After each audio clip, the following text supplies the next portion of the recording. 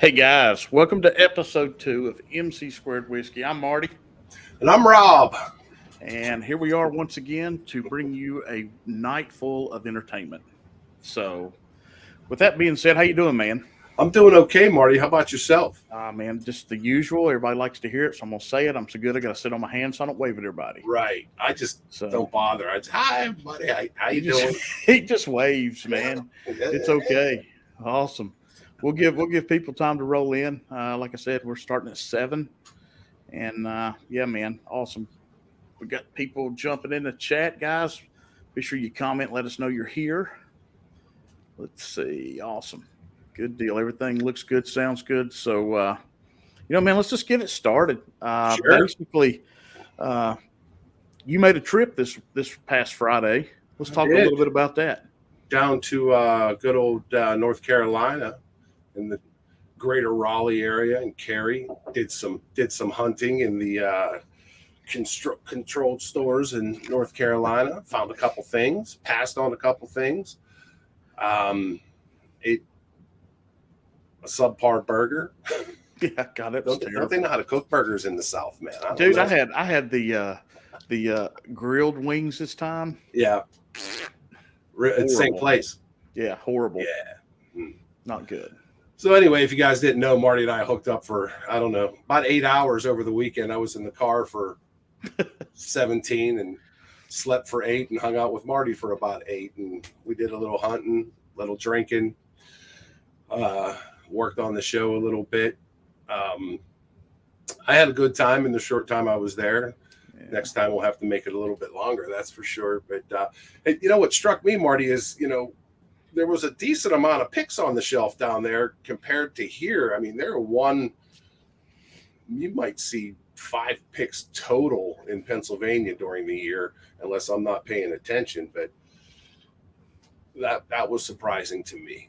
Yeah, it's weird. The whole meetup happened because we were so upset that we couldn't get to Fred's. Right.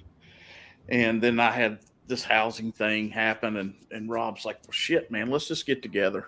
And I was like, "Really? You come down?" He goes, "Yeah, I'm coming." And I said, "Hell, let's do it." So we got to go to a cool little pub here and have some pours of some things that we normally wouldn't. Nothing that extravagant by any means. Right. There was I think what did we do? Get out of there for $40 a piece or something? Yeah, well, that was 100, I think. Yeah, plus the tip. But when we had a couple that we probably never have again.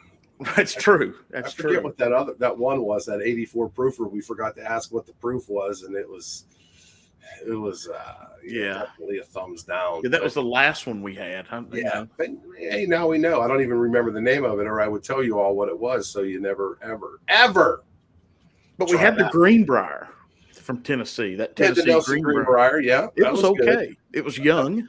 Yeah, but I remember it was okay, and I've seen it on the shelf since we've been looking again this week. So it's there.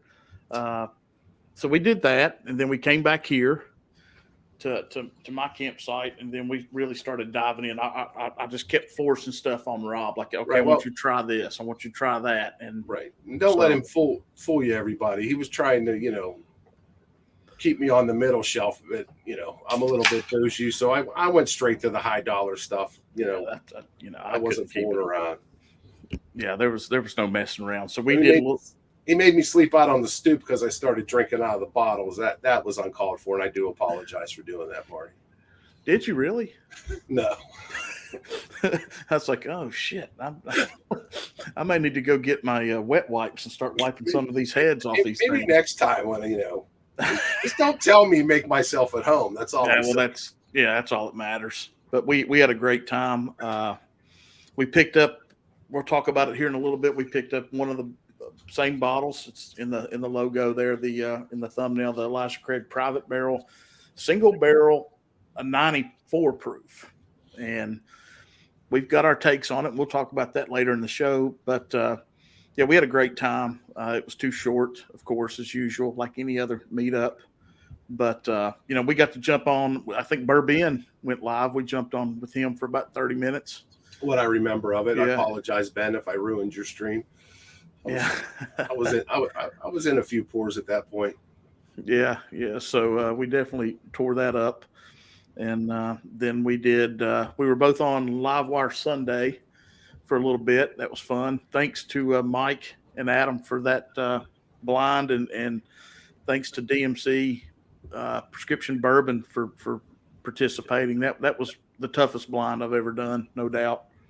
So, but anyway, so we're caught up with kind of what we've been doing. We're going to talk a little bit now, and I'll let Rob lead off about, basically our bottle of the week, what we're going to, maybe what we've moved away from a little bit. But yeah, Rob, go ahead and run with it. Okay, so I'm with this bottle recently. It's 13th Colony Southern Bourbon Whiskey, Southern style, baby. This one, I've never seen it on the shelf. I did see a few reviews. Wow, man, it's been a while, and but I happened to see it on the shelf in West Virginia on my way back from North Carolina and grabbed it. I'll tell you what, it's a 95 proofer. It says it's aged at least 4 years. It's delicious, if you're not in the mood for a high proofer. It comes out of Georgia. I think the mash bill's 70 corn, 20. I wrote it down somewhere. I don't know, 21 rye and 9 malted barley. It's a hitter, guys. If you have this available in your area, it's again 13th Colony. You may or may not have heard of it. I think it's not widely distributed, but if you see it, it's a grab. Some youthfulness does push through a little bit on the palate for it, but it's not bad at all. I highly recommend it. They have a rye as well. The website says it's aged over 4 years at least, but I think they dump it at 36 months and then they finish it with French oak spirals. And then there's a sour mash as well. I did see the rye on the shelf, but didn't buy it. And if it's anywhere near as good as this, it's going to be worth it too. So I'm on the hunt for that rye. And if you guys have ever had it, let us know in the chat. But yeah, it's definitely winner. $38 in West Virginia. It may be cheaper in other parts, but I have to move it away from me because she's an easy drinker, that's for sure. How about you, Martin? Yeah, I've kind of we tapped into it a little bit last week, and then I think you got to try it when you were here, and it's one you picked up. Is this Heaven Hill JW Dant? It's a bottled and bond, and come on, baby. Well, get it in front of my fat face. There we go. And it's about what was it, $20 maybe, something like that. You remember? Yeah, it was right around there. It might actually, I think it was less. It might have been 17 after tax or something like that. I haven't opened mine yet. No, I like it. It's very Heaven Hillish. You get a lot of rick house. You get a lot of that corn mash off of it. It doesn't have any weight because it's young, but it's very, very good sipper. I've been into it, a lot. And then the other bottle I've tore up quite a bit is the one we're going to talk about later. I'm a big fan, and like I said, we'll get into that tasting later in the show. But yeah, I'm crazy about this Dant. I've never seen it before, never had it until we picked it up, together, and genuine sour mash. So that's where I'm getting that good corn note and stuff from. But guys, everybody in the chat, thank you for coming. I'm trying to catch up as quick as I can. Top Dog, Doug H, my main man Daniel, Paul's here, man, awesome. Thanks, guys.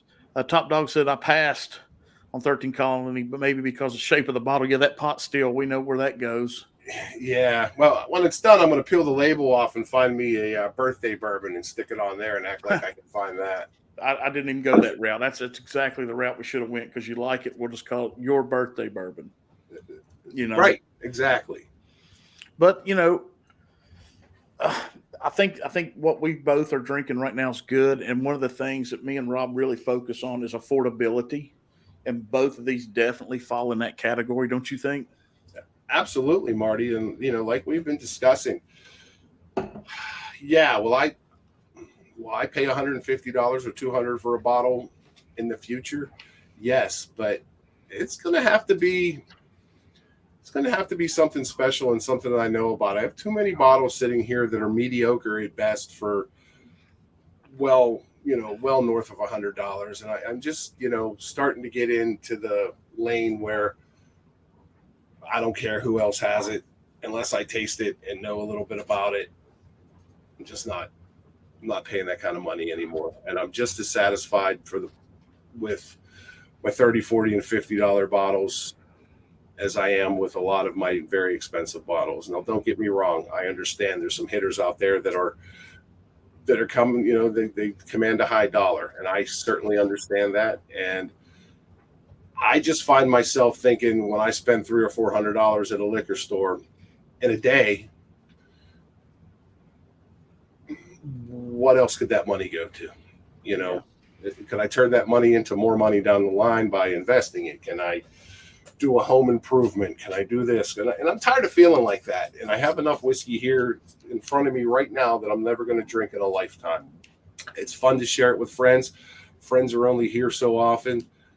And yeah, is it fun to have a bottle that everybody else has that what they paid for it and it's good? Yeah. But in 2 weeks, it's on to the next bottle. And what does that bottle do for you sitting on the shelf there? We call it between me and Rob, we call it the black cloud. Yeah. Because that cloud will follow you. And it's like one of the things we were talking about is multiple times I'll turn around and, like, this is not even a third of what I own, which is ridiculous. Step one. And I look at these bottles and I see how much is gone. And I'm just sitting there thinking, man, what did that cost? So then anytime we start getting these feelings of what the hell's wrong with us, that's when we refer to the black cloud, that's kind of what we talk about. So, that kind of leads us to, Rob, into, our buy or pass. Sure. So, what did you look at? We know a little bit about what you bought, but there was other bottles. And what did you decide to pass on? Because I know me and you together passed on something together that I'm kind of glad we did, but I kind of want to try it at the same time. I do too. Well, the first bottle I passed, I saw it here, then saw it again down in North Carolina, was the second release of the Bookers this year. I've been buying them up, and actually it was a reasonable price in North Carolina compared to here. Well, relatively reasonable, but I don't know. The Bookers just isn't hitting me in the right places anymore. They're all very similar, and I hate to say it, but they're subpar for $100 or $100 plus tax. So that's the reason I passed on that. I have plenty of them sitting here that can get me by if I'm in the mood for a high proof peanut butter sandwich. Well, and the thing with Bookers too, and guys in the chat, if you've had the new O2, let us know what you think about it, because I'm going to continue to pass on it. I've already passed on 01. Actually, I bought it from my father because he loves that stuff, and I didn't buy him 02, but he's got 01. So I've not had 01 or 02. So if y'all let us know what you think. Hey, Eric, good to see you, man. OS, cheers, brother.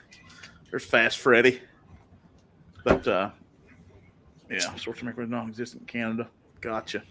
Yeah, and man, I had FOMO so bad for a long time, but now I'm proud of myself to say that I'm kind of over it. And again, I'm still going to make some purchases on some things that I think may be worth it, and might make some more mistakes, but I'm just trying to limit those mistakes these days because it's getting out of control. Well, and talking about control and bottles, we've had multiple conversations in other streams with other people about this Hardin's Creek, and the 2 years, $80. We touched on it a little bit last week in episode 1, but there's a distillation process where they cut it off soon, and it's a little different. But the $150 bottle, that one's got older 15, 18 year stuff in it, and from what I've seen and heard, that it's really good. But on these reviews I'm seeing, the finish is still going back to peanut butter. Yep. So, how much more of that do we want at $150, $160? Yeah, I don't know. I mean, the reviews I've seen say it's probably better than Booker's, but again, is it, another $50 better than Booker's? I don't know. Marty and I had an opportunity to grab the 2-year, and Marty actually, not to step on your toes, actually had the opportunity to get the higher proof at one point, and then it was gone. But I'm not paying $80 for $2 or for $2 whiskey for 2-year whiskey. $2 whiskey. No shit. That's about how we feel. Right. And there was the other bottle, the Yellowstone limited edition was out in front of us as well. And 2022 bottle. Yeah, I don't want to say I was disappointed in last year's, but I think I paid somewhere in the vicinity of $115 for that bottle. Well, I bought 2 of them actually, and one was I gave away on I think it was Independent Joe's stream for the veterans, and I'm not mad about it because the one I have here is still probably over half full. It's a little disappointing. It's not horrible, but it's not $115 value in my opinion. So I'm willing to take the risk on passing on this year's. And see, but that comes into multiple times we've all spoken about is the marketing side. It's a cool bottle. It looks good. It will look good on your shelf. So if it's worth $125 for what you may eventually think is average, but you want the bottle, right, have at it. I mean, it's just your preference once again, and I don't know. It's for me. I'm done with that. I'm good to walk away from something that is mediocre at best, and we're paying top price for it. Mm-hmm. So it's kind of where I'm at, and it made me feel better that I found this on the way home in West Virginia for $60 plus tax, a little over 60. That's which proof? It's 109. Yeah, store pick. Can't beat it. Yep. So, Yeah. Hey, John. But yeah, it's. God, I'm sorry, Marty. No, go ahead. I was going to just say thanks for everybody for being here and thanks for the support. We really appreciate it. We're at 101 subs, everybody. If you haven't subbed yet, please think about doing so. Helps us out a little bit. Hit the like button if you can. Thanks for being here. And if you like what you see us wearing, there is the link. And we've got these colors now in gold, thanks to Schlong's idea, because they stick out a little better. So yeah, thank you, Doug and Fred and Mike, everybody that's bought shirts. We really appreciate it, man. We just like supporting everybody, and this is one way to do it. And this is as far as we're going for a long time with anything like that. We may do giveaways way down the road, but we'll get into that later. But be confident that we're not going to be here begging for your money. Yeah, it's not the way it's going to be here. It's not what we're going to be about. And like I said, down the line, if we pick up some viewers and some subs and things like that, we might do some giveaways and things like that if everybody's interested. And if not, we may just roll with what we're doing here. We do have some plans, trying to figure some things out where we can do some recorded content and put it up. We're working on that, a few other things, but we're asking you to bear with us as I'm 100% new to this. So, as I evolve, we're hoping we're going to get some interesting things going with the channel. But once again, we appreciate everybody being here. Yeah. So I gotta let me, before we get too far away from it, I've got to eat some of my words. I've got to put my foot in my mouth now just to get it out of the way, because I talk about, so I can kind of cover my ass, I think, a little bit. So we talk about bottles just to put on the shelf. Okay. Mm-hmm. Now, this was not $125, but I don't have this one. So what I did get as a buy is the 10-year bottle. I mean, I know they're all 10-year, but this one has aged 10 years on it. Mm-hmm. So thought I'd go ahead, put it with the other one, just so I can have it. So let me go ahead and put this foot in my mouth. But yeah, it's not $150 bottle. It's $35. Yeah, I mean, I'm going to buy them all day long when I see them because I like Eagle Rare. There's nothing wrong with that. Yeah. So I don't think that's a contradiction to what we're talking about at all. Yeah. So and now that I'm in a controlled state, anytime I see something allocated that's on the counter, I have to think about it because, back in Tennessee, these things were rolling through every month. They do here pretty much the same time, but you're talking one case per store. So if you're not there, you don't get it. And so you got to kind of weigh your pros and cons of, is this something I want to pick up now, or do I just want to let it slide? Yep. So I know, Rob, you talked about the 1.75 bottle at one time about, needing it. Yep, I'd like to have one, and again for the shelf. But Sean had a good question there. What do you have that is that matches the price point and or maybe undervalued? Again, that Yellowstone pick. I'll tell you one, Sean. I bought that Double Oak Peerless. It's good, but again, my fault because I overpaid for it in Florida. I mean, what did that retail for? $80, something like that. Yeah. I paid well over $100 for that bottle because I wanted it on my shelf, and it ain't that good in my opinion. It's okay. Mm-hmm. I mean, there's nothing wrong with it, but again, it's not that good because I paid $50 too much for it. And again, that's my fault. But we talked about that John J. Bowman last week at $50 plus tax. I'm going to make sure I have a bottle of that on my bar from here on out. I'm angry at myself for not catching on to that sooner because it's very good, and I could go on and on, Sean, about bottles that I've overpaid for. And again, that's 100% my fault, not the distillery's fault, not the store's fault. It's my fault. But none of them live up to the money that I paid for them, to be quite honest with you. I have some scotches up there that I paid a lot of money for that are still in the bottle. I don't want to open them. That's a whole nother thing. I paid so much for them that I don't want to open them. And what kind of sense does that make? So.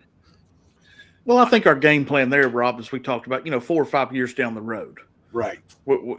Occasions and meetups. That's when you break out that kind of stuff. Absolutely, and to share stuff like that would be awesome. And I think in an upcoming episode, Guy, we're going to talk about something along those lines, or bunkering whiskey. Is it wise to do that? If you find a good deal on something and buy 2 or 3 of them and sit on them, do you think it's going to come to light in a couple years and is it something you, just being honest, is it something that you can look at as trading down the road? Right. Blanton's is one of the best trading bottles around, and if you have access to it and somebody else doesn't, you can make that even trade or a little bit better just because somebody wants it. You're not trying to rip anybody. It's just like, man, I just want this bottle, and man, I've got 2 of them. How about a 107? We'll just do that or something. That's a good game plan for some of these things we've put back. I've got that Springbank 18, in the box from 2017. I think Daniel knows. I know you've got it. Yeah, mine's open. He made me open it, Daniel. I saw you in there, buddy. But little things like that, and I haven't opened that Rebel 10. I've kept it locked up. But there'll be an occasion, and we'll crack it out. And bust it open like the 4 Roses right here, that barrel strength. I busted it out for Doug's birthday Thursday. Stuff like that, and then I got to share it with you. So, right. I didn't know what the hell I was drinking by the time we got into that. But yeah, I think we ended the night with some 4 Gates. Good question, Mike. I had a shot at Pappy, a lot B and a 15. That was probably over a year ago now. But again, not at retail. 3 times, 4 times retail. And I didn't buy them. And the regret I have now is because I have never, ever seen them again at that price point. They're triple that price point now. Well, yeah, close when I see them on shelves in the store. So I kind of regret that. Mine would be and it's expensive, was the George T. Stag this winter for $500. Yeah. So you're paying, $400 more than what the actual bottle costs. But when are you going to have that opportunity? And I didn't do it. But I honestly think now I'm not sure that if I'm being honest with myself, there's a very good chance if I saw a Pappy 15 at $400, I'm going to buy it. which contradicts what I just said. However, what you're never going to get a chance to get them at that kind of money anymore. So I don't know.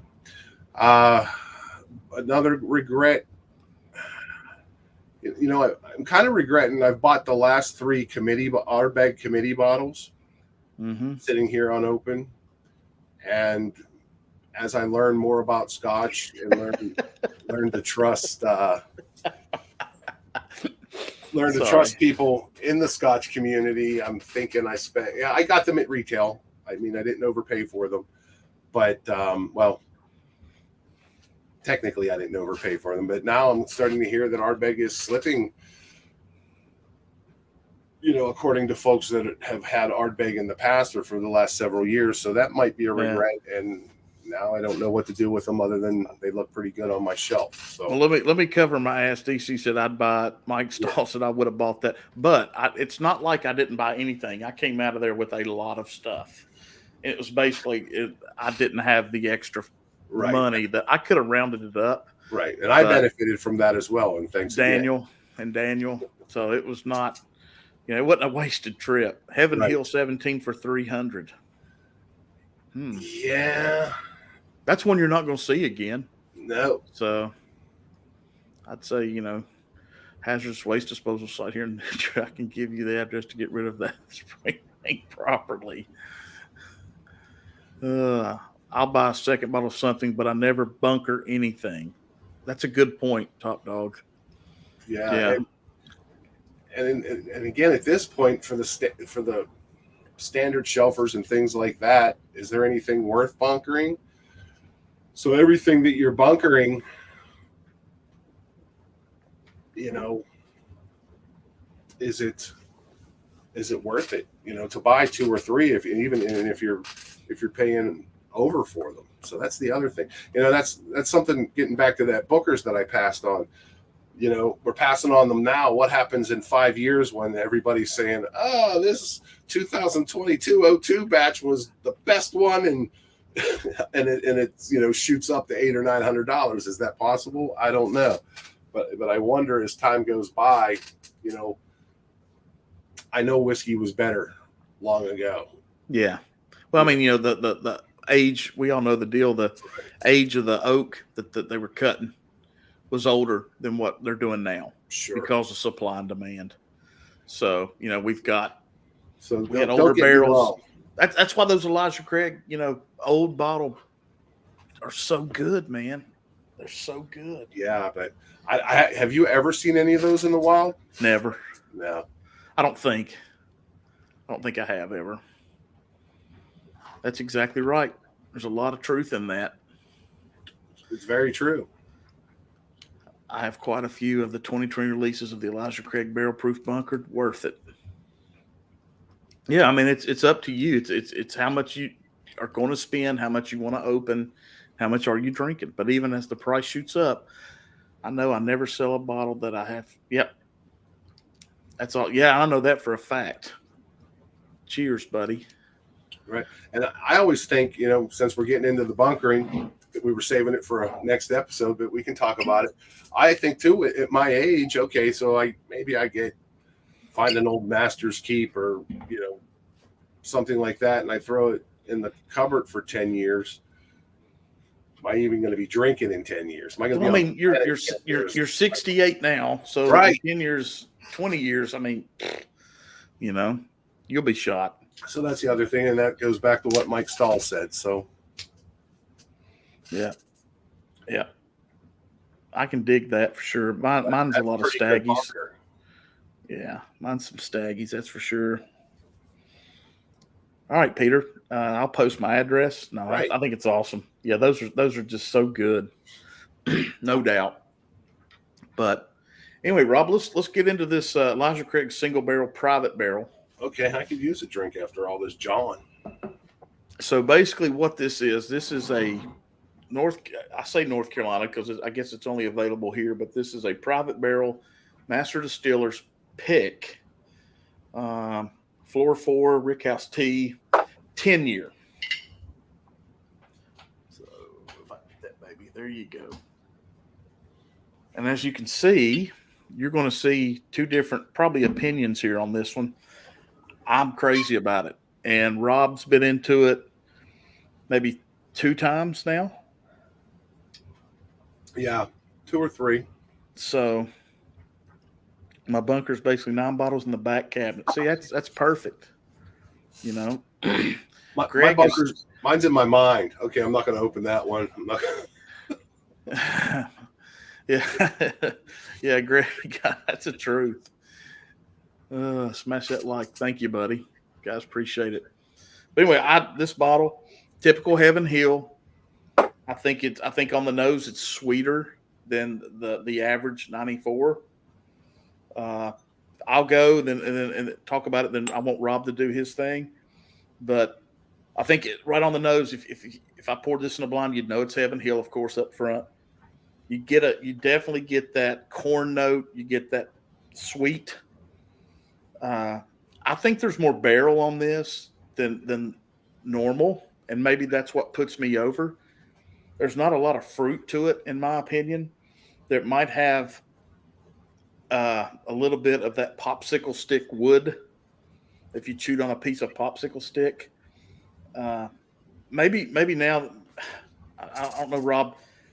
You're better at pulling the fruit notes than I am, but I don't know if this is one of those that's got that apple peel nose.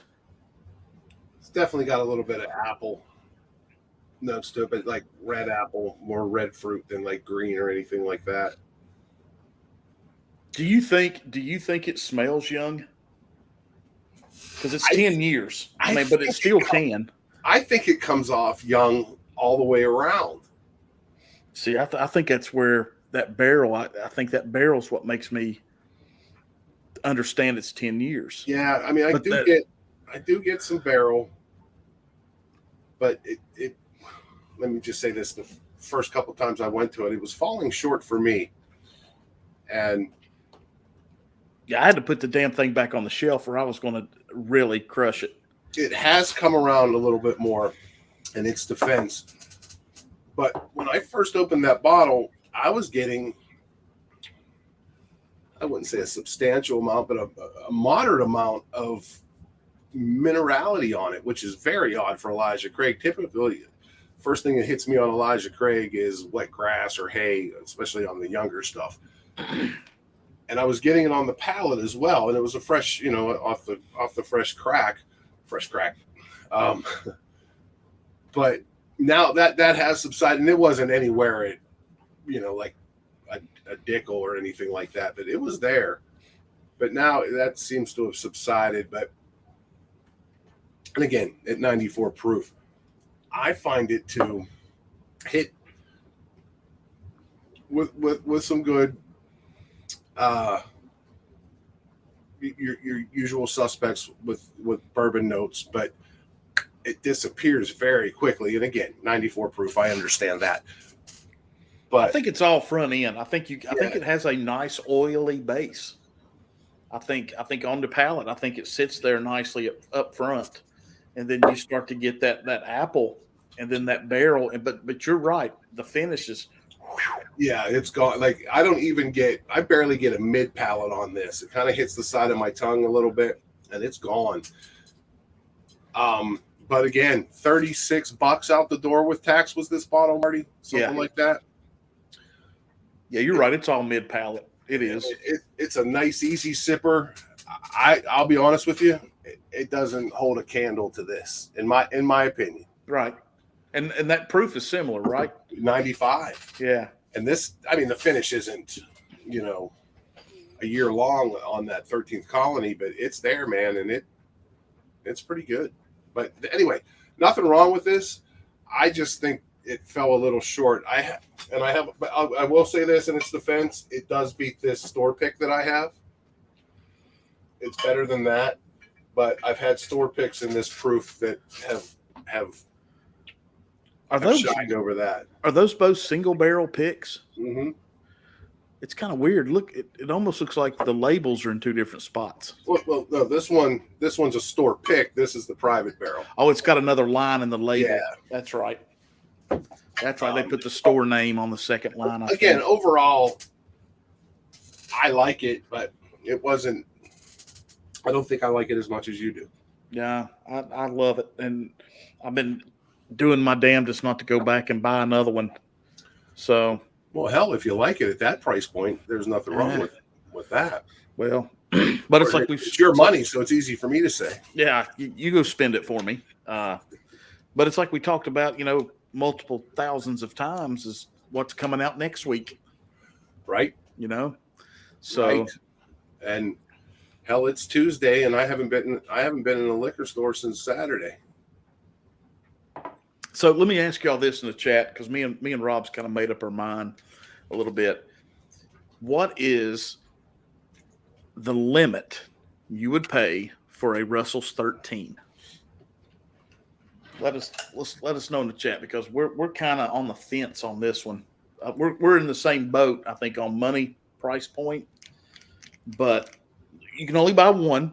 It'd be different if you could go in there and buy 5, but if you can only buy one, where do you draw the line? And I mean, you may not want to say either, but I'm just curious what everybody's price point is on that bottle, because I've never seen it, never had the opportunity, and if I did, I want to get everybody's influence on where did you stop? Eric says 200. Okay. All right. So I can see that. I think that's above what I would do. But Eric, that doesn't mean you're wrong. I'm just talking about from my perspective. I know my limit to pay, and it won't get. Yeah, I think, Peter, me and Rob may be in that boat with you. There are only in drawings up there. Okay. Yeah. I think technically for me, and the reviews aren't okay. Adam's almost dead in my wheelhouse right there. Mm-hmm. I think me and Rob said 125 to 150, and it depended on when it was available for that purchase. Like if it was a month ago at 150, I wouldn't do it. But now that people have tried it, oh my God, it's so good, or man, it's average, or I can take it or leave it. That's where I can start fluctuating up or down off that 150. So I think Adam is dead in my wheelhouse on what I would pay right now. Yeah. It's about where I'm at too. Because it makes me scratch my head because, number one, I've never had it. So I've got to go off everybody else's review or phone call that I make, to say, hey, what do you think? I mean, Wild Turkey's pretty reliable.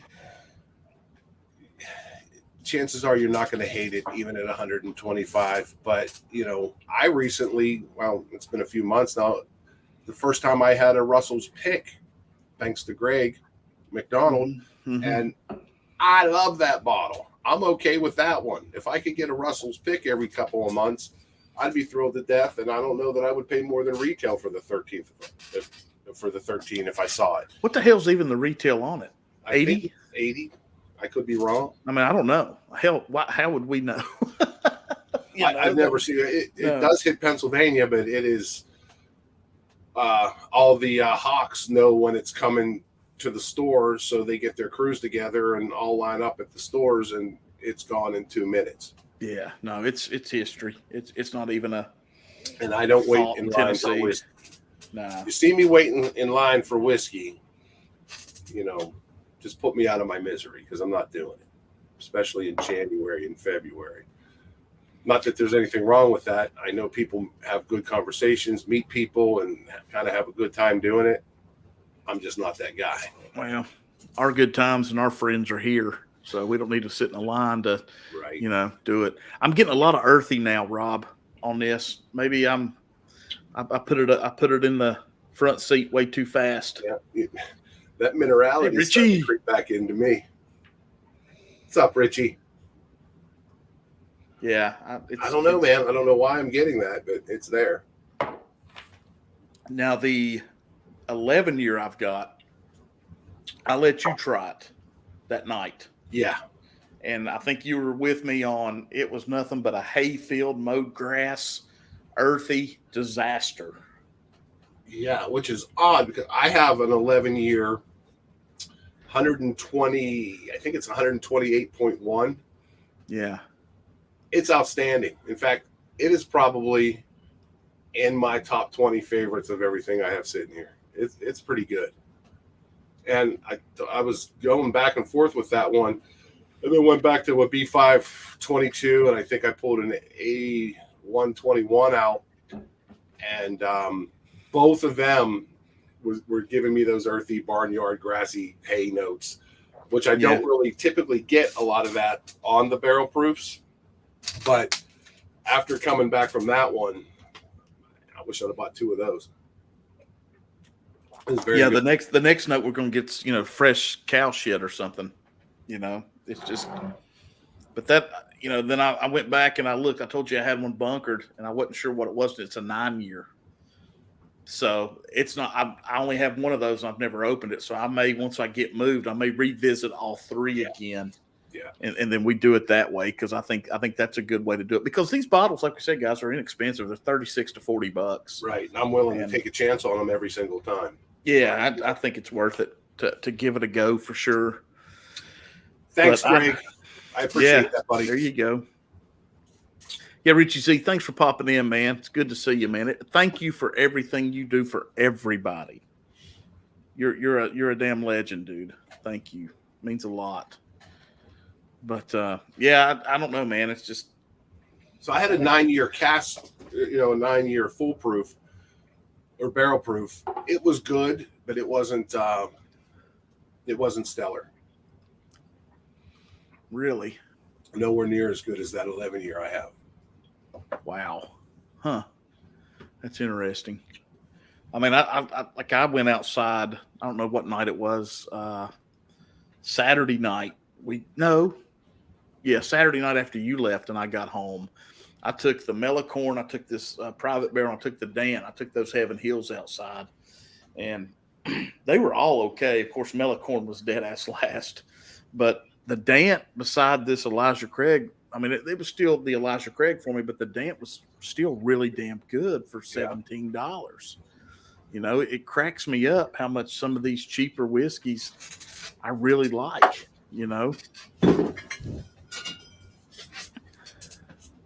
Yeah, you tried mine. You haven't opened yours. Not yet. I'm going to bunker it. Yeah. No, there you go. Well, Hellfire, who knows what it's worth? That's right. Again, I don't think I'll live long enough for this to be worth too much, but you never know. Yeah. Oh, shit. Hang on, Richie. I'll take care of that. But no, man, I like this one. Hey, we're up 2 more subs. By God, we're getting there. Thank you, guys. Thanks, everybody. And again, sometimes it takes a bottle to grow on me a little bit. So it could be that just this needs a little bit more time for me. Yeah. Well, I'm kind of going, love the Dant for a bottom shelf. John, I'm telling you, man, I was tickled with it. We got some bottle shelfers coming to you one of these days. We're working on. Yeah, we're going to do a whole show, or maybe 2 weeks worth of bottom shelf. We're working on something, but we're going to put a little twist to it. But we just got to make sure we're going to pair it and do stuff like that and see what happens. But this is good stuff. I don't dislike the Elijah Craig. It's actually gone downhill for me, because I didn't have any taste yesterday, and that's the first taste I've had today. And so I'm with you, dude. I may have put the cart in front of the horse way too damn fast, And like I said, sometimes it just depends on the day, I know I go to whiskey. Oh man, I haven't had that in a while. I loved it. And then I go to it one day, and it's all of a sudden it's, what was I thinking of it? Again, it has a lot to do with, did you have a cup of coffee an hour ago? Did you have barbecue for dinner? Did you not eat anything? And a lot of that has something to do with it. So, or do you dip Skull? So it's all how you do it. Or like Shane and Adam, do you drink Mountain Dew? Right. And still hit it out of the ballpark. So it's all how you look at it. But Richie, thank you, man. Post everybody and everything you want to do, man. I appreciate that. Working on something special. It's still in the really the early stages of maybe a Friday at Fred's little T-shirt thing.